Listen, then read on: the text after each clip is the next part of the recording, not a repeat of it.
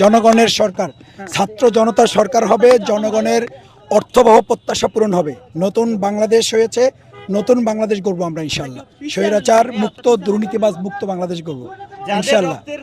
তাদের রক্তের ঋণ শোধ করা হবে, তাদের ঋণ শোধ করবো আমরা, তাদের ঋণ শোধ করবো। তাদেরকে অগ্রাধিকার দিয়েই এখনো পর্যন্ত কাজ চলছে এবং সামনের দিনেও কাজ চলবে।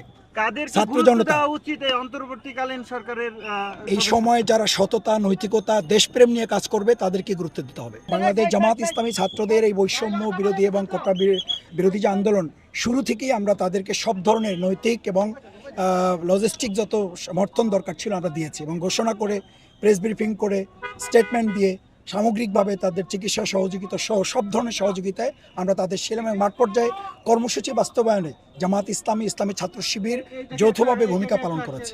এই অন্তর্বর্তীকালীন সরকার স্বাভাবিকভাবেই চেষ্টা করবে জনগণের হাতে, জনগণের ক্ষমতা জনগণের কাছে তুলে দেওয়ার জন্য। আপনারা জানেন যে দেশে একটা বড় ধরনের নৈরাজ্য হয়েছে, একটা নৈরাজ্যকর পরিস্থিতি সৃষ্টি করে রেখে গেছে। সমস্ত প্রতিষ্ঠানগুলো এই স্বৈরাচারী সরকার, দুর্বৃত্তায়নের সরকার শেষ করে দিয়ে গেছে। সুতরাং সেগুলো আমরাও আশা করি যে রিফর্ম করে যত দ্রুত সম্ভব, সাংবিধানিক বাধ্যবাধকতা কিছু থাকবে, তাদেরও চেষ্টা থাকবে। আমি আশা করি যারা আসতেছেন এই তত্ত্বাবধায়ক বা অন্তর্বর্তীকালীন সরকারে, তারা আন্তরিকভাবেই চেষ্টা করবেন যত দ্রুত পারা যায় জনগণের সরকার প্রতিষ্ঠা করে নির্বাচিত সরকারের কাছে তারা ক্ষমতা হস্তান্তর করবে।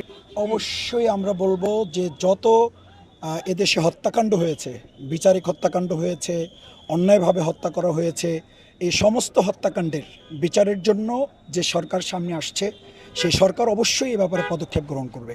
এবং বিশেষ করে ছাত্র জনতার উপরে যে নির্বিচারে গুলি চালানো হয়েছে, অবশ্যই এদেরকে বিচারে কাঠগড়ায় দাঁড় করানো হবে। সেটা পৃথিবীর যে প্রান্তে তারা থাকুক। আন্তর্জাতিক পরিমণ্ডলে আওয়াজ উঠেছে ছাত্রলীগ আওয়ামী লীগকে নিষিদ্ধ করার।